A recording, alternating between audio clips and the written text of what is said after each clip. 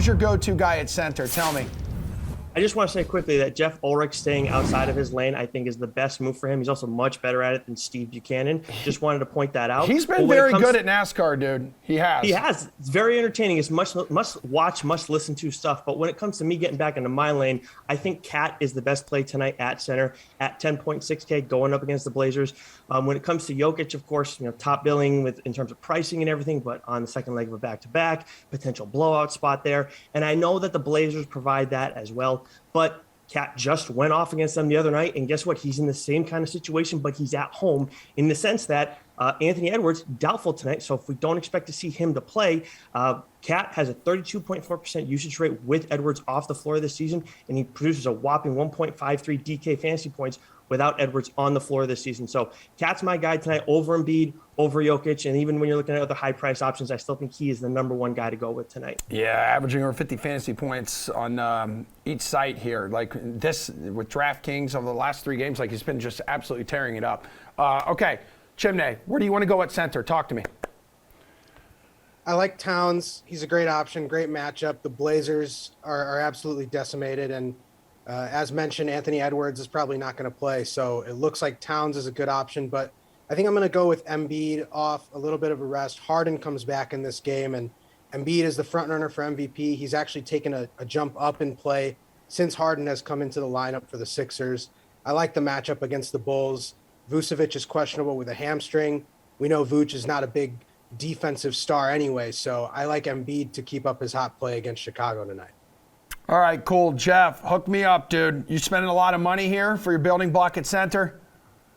Not too much money. I think that Cat is definitely the best option on the board. I mean, with Yusuf Nurkic out, Drew Eubanks is the Blazers' best shot at stopping him, and we all saw how that worked out for them last game. But I'm going to go a little bit down here and pay up for Bam Adebayo. Bam, he was subpar in his last game, only scoring 23 fantasy points, but don't let that deter you from rostering him tonight. Let's be honest, that's just what happens when you play against the current MVP or going to be the MVP in Joel Embiid. Tonight, he's facing a bit easier of a challenge in the Rockets, who rank dead last in the league in fantasy points allowed to centers. Add that to the fact that Houston leads the league in pace this season, and I think you're looking at a great bounce-back opportunity for Bam. Yeah, and he scored at least 50 fantasy points in 3 of his last 6 games alone. Like, yeah, it was a clunker last time out, but we'll get past that. Let's talk about which forward is a must-play. Chinmay, where are you going? I'm going a little under here on the value. I'm going with Jeremy Grant. He's had a few big games recently. The Pistons have surprisingly been playing well of late, and I like the matchup against the Hawks. They're down a few perimeter players. Some guys are still working through injuries, so I like Jeremy Grant. I believe he's in the 7K range right now, maybe a little bit under that. So I like him to keep up his production. Not going to wow you in terms of points, but going to get the job done as kind of a value play at the forward spot. If you're spending big on center and guard with this slate, I like Grant at the forward spot. Okay, wow, saving some money there for a building block. Jeff, what about you, dude? Who is your guy at forward? I'm going with RJ Barrett at 8K. I'm the farthest thing from a Knicks fan, but I love what RJ has been doing lately.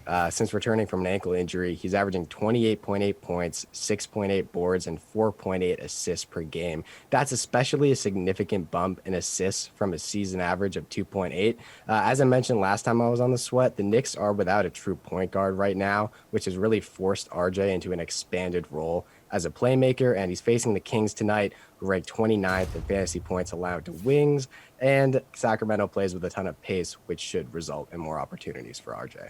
Okay, Nick, who's your forward you're building around? Yeah, I'm with Jeff on this one. RJ Barrett, of course, has point guard eligibility for tonight as well, but the volume that he's getting since the All-Star break has been huge in that 8K range. I love him right now at this spot. I mean, he's had last game was his first game. They went sub 20 shots since the All-Star break. And Jeff kind of talked about it before with the Kings, 7th in terms of pace and 28th in terms of defensive rating. So this is a great spot for him. As much as the Knicks, tend to not put up a ton of points, I think this is a spot for Barrett to go off and at minimum provide 5 times value. Yeah, Sacramento pretty bad at perimeter defense as well, which could definitely benefit Mr. Barrett. Who's a guard you're building your lineups around, Jeff?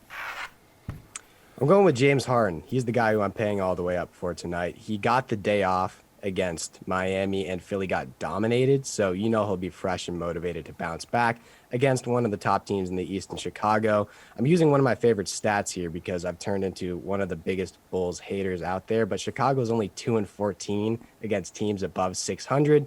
The Sixers, they're above 600, and I think they should cruise in this matchup, led by their new superstar. He also hasn't scored less than 48 fantasy points since joining Philly, so you're getting guaranteed volume and production. Nick, is there a guard that really stands out to you here to build around?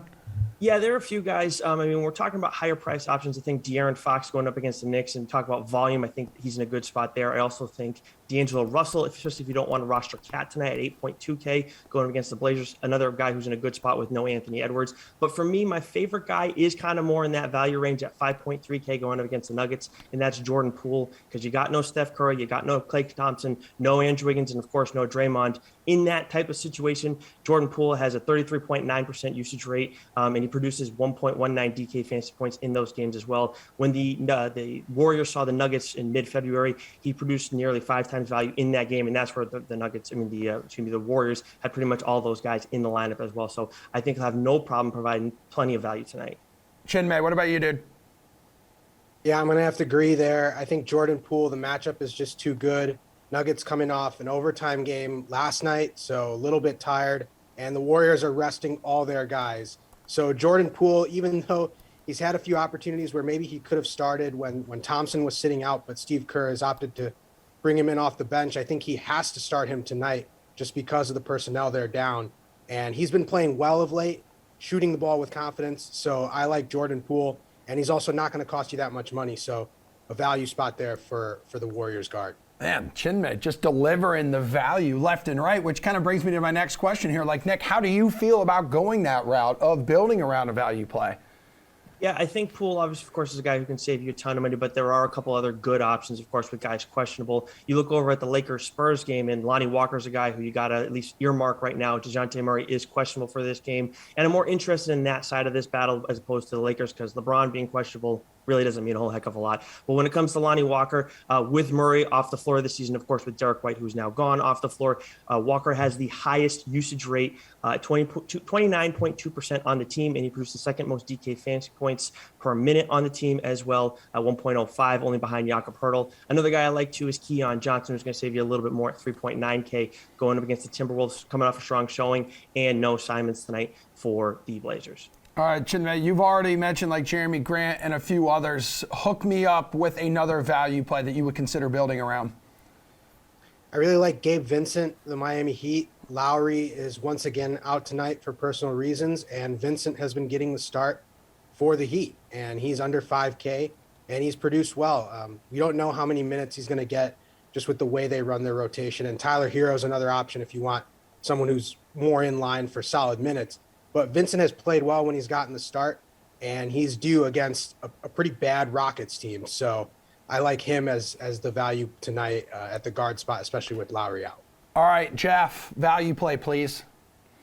Lonnie Walker was my top value play as well, to agree with Nick. I think, as you mentioned, Nick, his usage rate has been through the roof lately, and the Lakers just beat the Warriors, so they're due for a dud tonight with how their season's gone this year. But I'm going to pivot to another Warrior, not Jordan Poole, but I'm going with Jonathan Kuminga. As Chinmay was saying, listen to the players that are out for Golden State tonight. You got Curry, Thompson, Wiggins, Green, Gary Payton, Iguodala, and James Wiseman, who's still recovering from that knee injury. Kuminga, he's been impressive in a rather limited role for Golden State lately. He's scored 25-plus fantasy points in 3 of his last 6 contests. He, along with Jordan Poole and a couple of other guys, should see an immensely increased workload against the Nuggets tonight. All right, dudes, before you guys take off, let's hit up the beautiful DK Sportsbook. Which matchup tonight features the best bets? Chinmay. So there's 2 that I really like. They're underdogs tonight, but I can easily see them winning both games. And that's the Lakers against the Spurs and the Jazz against the Mavericks. I think both teams are due for a win. The Jazz have been playing well, actually. They've been scraping by opponents. They haven't looked impressive, but they've been getting some wins. Doncic just coming back for the Mavs, so we'll see if he's still working through that toe injury. So I like the Jazz there as the underdog. And then the Lakers are 2-1 against the Spurs this year. LeBron is just coming off a massive game. So I think he's going to keep it going. I like the Lakers against the Spurs and the Jazz against the Mavericks tonight. All right, Jeff, which bet stands out to you here on the DK Sportsbook for tonight? I like looking at the Pistons and Hawks game. Detroit, they're plus 7.5, and they've covered that spread in 6 of their last 7, and they've won outright in 5 of those games. So Dwayne Casey's crew is playing really hard right now, and it's more about Atlanta because you don't know which Hawks team is going to show up. They just barely squeaked by the Wizards in the last matchup. They picked up an impressive win over the Bulls, but then they choked in the second half to Boston. And then I also like looking at Cade Cunningham's player props, specifically the over on his 18.5 points and 5.5 rebounds. He's been hitting that number really consistently as of late. So I like the Pistons and Cade to go over his props. All right, Friar, which bet stands out to you tonight? I think Chinmay makes a good point when it comes to the Jazz game. I do like that spread a lot. I do like just the Jazz as underdogs on the money line straight up. But I also like the Portland-Minnesota game going over in this. I know it's pretty high at 233.5 points. But Minnesota is the best when it comes to hitting the over this season. Portland is just 500, right around 500 in that. So I expect the better team to dictate the pace tonight. And of course, Portland not great defensively. Most of the player props are actually all the player props are off the book last I checked. But I will be looking at Cat's numbers, D'Angelo Russell's, and some of those value guys we were talking about when it comes to the Blazers game. So I think that Portland, Minnesota has some options tonight for you.